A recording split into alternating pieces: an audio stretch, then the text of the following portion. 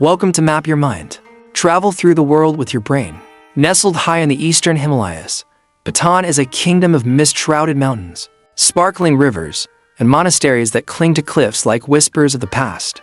This is a land where time seems to slow, where history, spirituality, and culture are tightly woven into every stone, every prayer flag, and every heart that beats within its valleys. Long before it appeared on any modern map, the lands of Bhutan were home to indigenous tribes, the Mampa, Sharshap, and Ngulop peoples. These early communities were shaped by the rugged mountains and deep forests, learning to live in harmony with the environment, guided by traditions, folklore, and the rhythms of nature. They hunted, farmed, and navigated the steep valleys, creating settlements that would become the foundation of a nation unlike any other in the world. By the 7th century, Buddhism began to take root. It arrived from Tibet, carried by missionaries and scholars who spoke of peace, mindfulness, and spiritual awakening. Monasteries began to dot the cliffs, serving as both sanctuaries and centers of learning. Bhutan's distinctive style of fortress-like zhongs was born, combining spiritual purpose with defense, each one a symbol of both faith and governance. The centuries that followed were a delicate dance of isolation and diplomacy. Bhutan's high mountains shielded it from invasion, allowing it to maintain a culture relatively untouched by colonial powers. It became a kingdom ruled by visionary leaders who balanced religious authority with temporal power, fostering stability in a land of extremes. Yet Bhutan was not entirely immune to the forces of the outside world. Trade routes brought silver, textiles, and stories from India, Tibet, and beyond. Conflicts occasionally flared, alliances shifted, and yet the heart of Bhutanese society, community, faith, and respect for nature endured. In the early 20th century, Bhutan formally unified under the Wangchuck dynasty, establishing a monarchy that remains to this day. The kings of Bhutan became the guardians of culture and tradition, while also introducing gradual modernization.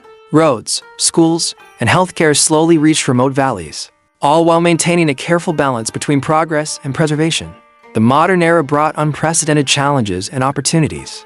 Bhutan introduced the concept of gross national happiness, a revolutionary idea placing the well-being of its people above mere economic growth. Forests were protected, wildlife conserved, and traditions honored, creating a model of development that drew global attention.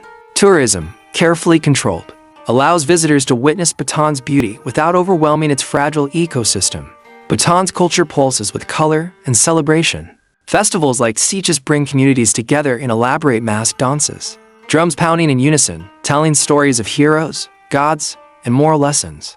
Homes and temples are adorned with intricate paintings, and prayer flags flutter in the wind, carrying hopes and prayers across valleys and peaks. The cuisine reflects the land, hearty, spicy, and simple, with red rice, chili, and dairy forming the staple diet of mountain life. Today, Bhutan faces the delicate task of balancing tradition with modernity.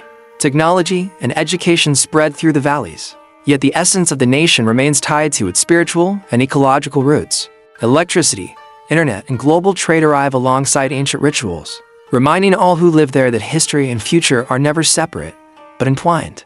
Fun fact, Bhutan is one of the few countries in the world that remains carbon negative, absorbing more carbon than it emits, a testament to the kingdom's devotion to nature and sustainability. Bhutan is more than its towering mountains and monasteries. It is a story of resilience, faith, and careful stewardship. It is a nation where history breathes in the wind, where every path and every temple tells a story, and where the pursuit of happiness is not just an ideal, but a way of life. Where will your mind travel next?